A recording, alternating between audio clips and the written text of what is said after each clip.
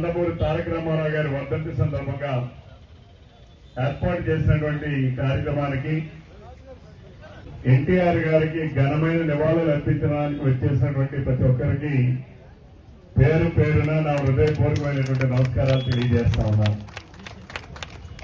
ఈ రోజు ఎందుకనంటే ఎన్టీఆర్ గారిని స్మరించుకోవడం అంటే తెలుగు జాతిని స్మరించుకోవడం. ఎన్టీఆర్ గారు అంటేనే తెలుగు జాతి ఆత్మ గౌరవానికి ప్రతీక. ఎన్టీ రామారావు గారు రానంత వరకు మనకి ఢిల్లీ వెళ్తే మదరాసి అని పిలుచుకునేటటువంటి పరిస్థితిలో ఉండే మనం ఢిల్లీ వెళ్ళినా, ఢిల్లీ నుంచి గల్లీ నుంచి ఢిల్లీకి వెళ్ళినా, భారతదేశంలో ఏ ప్రాంతానికి వెళ్ళినా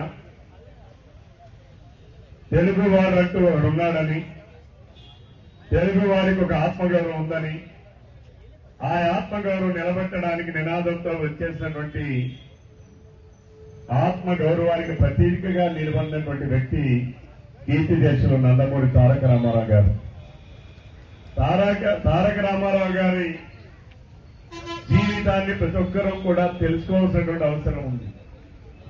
మనం మన బిడ్డలకి చెప్పాలి, తర్వాత జనరేషన్కి చెప్పాలి. ఎందుకు దీని అవసరం ఏమిటి? ఈరోజు తెలుగు భాషనే గత 5 ఏళ్లు గత ప్రభుత్వంలో చూస్తే జగన్మోహన్ రెడ్డి అనేటటువంటి ఒక దుర్మార్గుడు ఈ తెలుగు రాష్ట్రంలో తెలుగు భాష లేకుండానే చేయాలని జీవోలు ఇచ్చినటువంటి, ఉత్తర్వులు ఇచ్చినటువంటి వ్యక్తి. అటువంటి వ్యక్తులు పరిపాలన చేసినటువంటి పరిస్థితుల్లో తెలుగుని మనం కాపాడుకోవాలి, తెలుగు వాడి పౌరుషాన్ని కాపాడుకోవాలి, తెలుగు భాషని కాపాడుకోవాలి. తెలుగు భాష అంటే అమ్మ భాష. అమ్మతో మన బాధల్ని, మన బంధాల్ని, మన తాలూకా భావోద్వేగాల్ని పంచుకునేటటువంటి భాష. అటువంటి భాషను కూడా చంపేయాలని చెప్పి చూసినటువంటి వ్యక్తి జగన్మోహన్ రెడ్డి.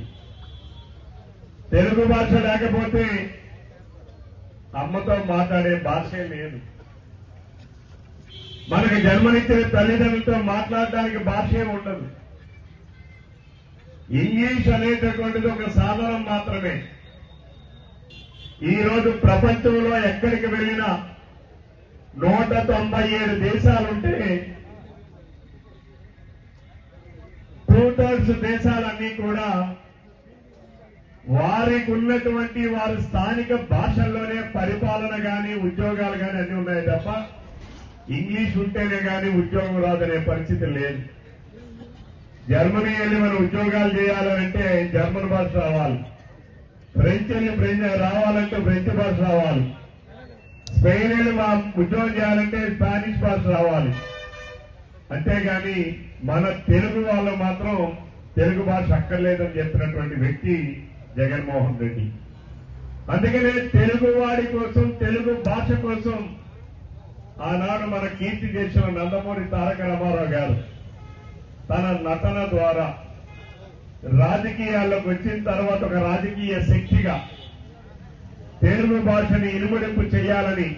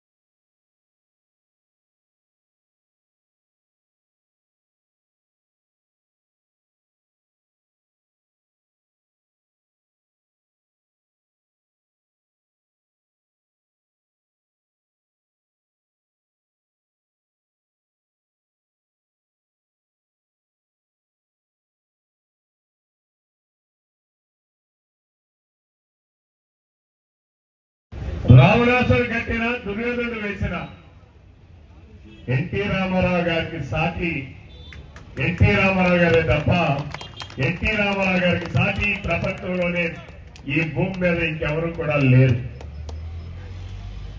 బృహన్నర వేషం వేసిన లేదు, ఏదో సినిమాలో మహిళా వేషం వేసిన అది కూడా ఎన్టీ రామారావు గారికే సాధ్యం.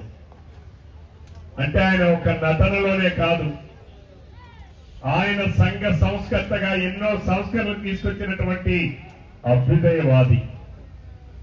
ప్రజల్ని చైతన్యం, ఒక నాయకుడు అనేవాడు ప్రజల్ని చైతన్యం చేయాలి, ప్రజల్ని చైతన్యవంతులు చేసేటటువంటి మహాశక్తి కలిగినటువంటి నాయకుడు మన నందమూరి తారక రామారావు గారు. ఈరోజు ఆయన ఇచ్చినటువంటి ఆదర్శాలని, ఆయన చూపినటువంటి మార్గనిర్దేశకాలని అనుసరిస్తూ ఈరోజు మన నాయకుడు నారా చంద్రబాబు నాయుడు గారు నాయకత్వంలో ఎన్టీ రామారావు గారు తెలుగువారి కీర్తి ప్రతిష్టల్ని భారతదేశం నలుమూలలా చాటిస్తే ఈరోజు మన నాయకుడు ప్రపంచానికి తెలుగు వాళ్ళ కీర్తి పతాకాన్ని చాటినటువంటి వ్యక్తి నారా చంద్రబాబు నాయుడు గారు అని చెప్పి ఈ సందర్భంగా తెలియజేస్తున్నాను. ఈరోజు అమెరికాలో ఉన్నా, ఆస్ట్రేలియాలో ఉన్నా, అంబాజీపేటలో ఉన్నా, అండమాన్లో ఉన్నా, ఎక్కడున్న తెలుగువాడు కూడా ఈరోజు ప్రపంచంలోనే అత్యంత తెలివైన వాళ్ళుగా ఈరోజు రాణించగలుగుతున్నారంటే ఆనాడు చంద్రబాబు నాయుడు గారు వేసినటువంటి ఒక ప్లాట్ఫామ్ అని చెప్పి సందర్భంగా తెలియజేస్తున్నారు. నెల్లిపర్తి రమణ గారికి నరసింహరావుకి ఇప్పుడు 9 అయింది. మీ వాచీలు కొద్దిగా వెనక్కి చెప్పండి. చంద్రబాబు ఇక్కడ బ్లడ్ ఇచ్చిన వాళ్ళు ఎంతమంది చూడు, ఏ ఊర్లో రాసుకుంటా ఇక మీద మరి నేను కూడా గట్టిగా ఉండాలి మీతో. ఎందుకంటే కనీసం 120 మంది పంచాయతీ నుంచి ఒకరు వచ్చినా 130 మంది అవ్వాలి. మీరిప్పుడు అందరూ కాస్త పండగ వాతావరణం నుంచి చాలా ఆనందంతో వచ్చారు, కానీ సేవా కార్యక్రమాలను మర్చిపోతున్నాం. రాజకీయాలంటేనే సేవ. ఈ రోజు నిన్ననే కొత్తకోట గ్రామంలో ఒక రజక కులానికి చెందినటువంటి ఒక ఆమె బ్రెయిన్ డెడ్ అయితే వారి కుటుంబీకులందరూ కూడా వారు మొదటి నుంచి మన తెలుగుదేశం పార్టీ కుటుంబానికి చెందినటువంటి వ్యక్తులు. వాళ్ళ కుటుంబీకులు వెంటనే మా నాయకుడు చెప్పారు, బ్రెయిన్ డెడ్ అయింది కాబట్టి మేము అవయవాలు దానం చేస్తాం అని, అవయవాలన్నీ దానం చేస్తామని చెప్పి వాళ్ళు ముందుకొస్తే జెమ్స్ హాస్పిటల్లో మీరు ఇక్కడ అందరూ ఆలోచించండి. మనం అందరం పెద్ద పంచిల్లో కాదు మన హుందాతనం, పెద్ద ప్యాంటుల్లో షర్టుల్లో కాదు హుందాతనం, మనం ఆచరించే ఆలోచనలోనే హుందాతనం ఉంది, మనం చేసే పనిలో హుందాతనం ఉంది. ఒక రజక కులానికి సంబంధించినటువంటి స్త్రీ అనారోగ్యం పాలై బ్రెయిన్ డెడ్ అయిపోతే వారి కుటుంబీకులు వెంటనే మేము తెలుగుదేశం పార్టీ కుటుంబ సభ్యులం, మాది తెలుగుదేశం పార్టీ, నేను మా నాయకుడు చెప్పారు మేము అవయవ దానం చేస్తామనంటే ఈ రోజు నిన్ననే వాళ్ళ గుండె విశాఖపట్నానికి వెళ్ళింది, ఆమె కిడ్నీలు హైదరాబాద్కి వెళ్ళాయి. ఇది సేవా మార్గం అంటే పూర్వం భగవంతుడు చెప్పింది ఒకటే, పరోపకారార్థం మిదత్ శరీరం. ఈ శరీరం అనేది ఇతరులకి సహాయం కోసం, ఇతరులకి సేవ కోసం, ఇతరులకి సహాయపడడం కోసమే ఈ శరీరం ఉంది అనే భావన ప్రతి ఒక్కరిలో రావాలి. ఆ తర్వాత మన దానం చేయకపోయినా వెళ్లి అక్కడ అందరూ కూడా వాళ్ళు దహనం చేస్తారు. దానివల్ల మన అవయవాలన్నీ కాలిపోవడం, బూడిదైపోవడం తప్ప ఉపయోగం లేదు. కానీ ఈరోజు ఆమె చనిపోయినా సరే ఆమె అవయవ దానం ద్వారా సమాజంలో బ్రతికుంది, 2 వ్యక్తుల్ని బ్రతికించింది. ఈ ఆలోచన ప్రతి ఒక్కరిలో కూడా రావాలి. అంటే సేవ చేయడానికి పేదరికం అడ్డు కాదు అని నిరూపించినటువంటి ఆ మహిళకి ఈ సభ ద్వారా నేను ఆమెకి నా సంతాపం నేను తెలియజేస్తా ఉన్నాను. వారి కుటుంబానికి మనం అందరం అండగా నిలబడాలి. తెలుగుదేశం పార్టీ అండగా నిలబడాలి. మనం అందరం కూడా అటువంటి కుటుంబానికి అండగా నిలబడాలి. అలానే ఈరోజు రక్తదానం, రక్తం అనేది మనకేమి భూమిలో వచ్చేటటువంటి వస్తువు, దొరికే వస్తువు కాదు, నీళ్లు కాదు, లేదు వర్షం ద్వారా వచ్చేటటువంటి, వర్షం ద్వారా పడేటటువంటిది కాదు, లేదు ఒక ఫ్యాక్టరీలో తయారయ్యేటటువంటిది కాదు. రక్తం తయారయ్యే ఫ్యాక్టరీ మానవ శరీరం, మానవుడు దేహం, అందులోనే ఉంటుంది. కాబట్టి మనం రక్తం ఇస్తేనే మనం రేపు రక్తం దొరుకుతుంది. చాలా మంది ప్రతిరోజు నాకు తెలిసి ఈ 5-6 రోజుల్లోనే ఇంటికి ఒక 10 యూనిట్ల రక్తం ఇప్పించాను. ఎలా ఇప్పించాం? మీరందరూ సహకరించబట్టి. గతంలో మనం ప్రతి ఏడాది ఒక 2-3 సార్లు మనం రక్తదాన శిబిరాలు నిర్వహించడం, ఆ రక్తదాన శిబిరాల ద్వారా ఆయా ఏజెన్సీలకి మనకి ఎప్పుడైనా కష్టం వస్తే, ఇటువంటి పరిస్థితులు వస్తే వారికి మనం కోరితే వెంటనే తప్పనిసరిగా మనందరికీ కూడా రక్తాన్ని ఇచ్చే కార్యక్రమాన్ని వాళ్ళు చేస్తున్నారు. కాబట్టి రక్తదానాన్ని ప్రోత్సహించండి. ఇతరుల ప్రాణాలని మీరు ఒక రక్తం, ఒక యూనిట్ రక్తం ఇచ్చారంటే ఇంకొక ప్రాణాన్ని కాపాడిన వాళ్ళు అవుతారు. కాబట్టి మనం అందరం కూడా ప్రమాదం అనేది ఎవరికి చెప్పి రాదు. అవసరం అనేది ఎప్పుడు కూడా మనకి అడిగి రాదు. అవసరం అనేది ఎప్పుడు వస్తుందో చెప్పలేం. కాబట్టి దయచేసి అందరూ కూడా రక్తాన్ని మనం దానం చేయాలని చెప్పి మీ అందరికీ కూడా విజ్ఞప్తి చేస్తున్నాం.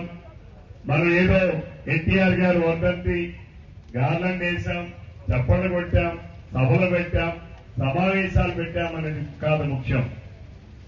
ఈ సమావేశం ద్వారా, ఈ సభల ద్వారా ఏ రకమైన సేవా కార్యక్రమాలు చేస్తున్నాం అనేది ముఖ్యం. దాన్ని ప్రతి ఒక్కరూ కూడా ఆచరించాలి, అనుసరించాలని చెప్పి మీ అందరికీ కూడా విజ్ఞప్తి చేస్తున్నాను. మరి ఈరోజు మన నాయకుడు, మన యువ నాయకుడు ఈ రాష్ట్రం కోసం, రాష్ట్రంలోని యువకుల కోసం ఈరోజు మనం అన్ని కార్యక్రమాలు చేశాం. ఈరోజు అభివృద్ధి కార్యక్రమాలు ఒక పక్కన చేస్తున్నాం, రోడ్ల నిర్మాణం అన్ని పూర్తి చేస్తున్నాం. అలాగే గడిచిన 5 సంవత్సరాలు జగన్మోహన్ రెడ్డి అనే ఒక దుర్మార్గుడు ముఖ్యమంత్రిగా ఉన్నప్పుడు రోడ్లన్నీ గుంతల బారిపడి ప్రయాణం అంటేనే ఒక నరకంగా భావించేటటువంటి పరిస్థితిలో ఉన్నటువంటి ప్రజానీకానికి నిన్న పండగ నాటికి మనం అంతా కూడా అన్ని రోడ్లు కూడా పూర్తి స్థాయిలో ప్రజలకి సౌకర్యమైనటువంటి, సుఖవంతమైనటువంటి ప్రయాణం చేసే రోడ్లుగా తీర్చిదిద్దాం. వాటన్నిటినీ కూడా ఇంకా అభివృద్ధి చేస్తాం.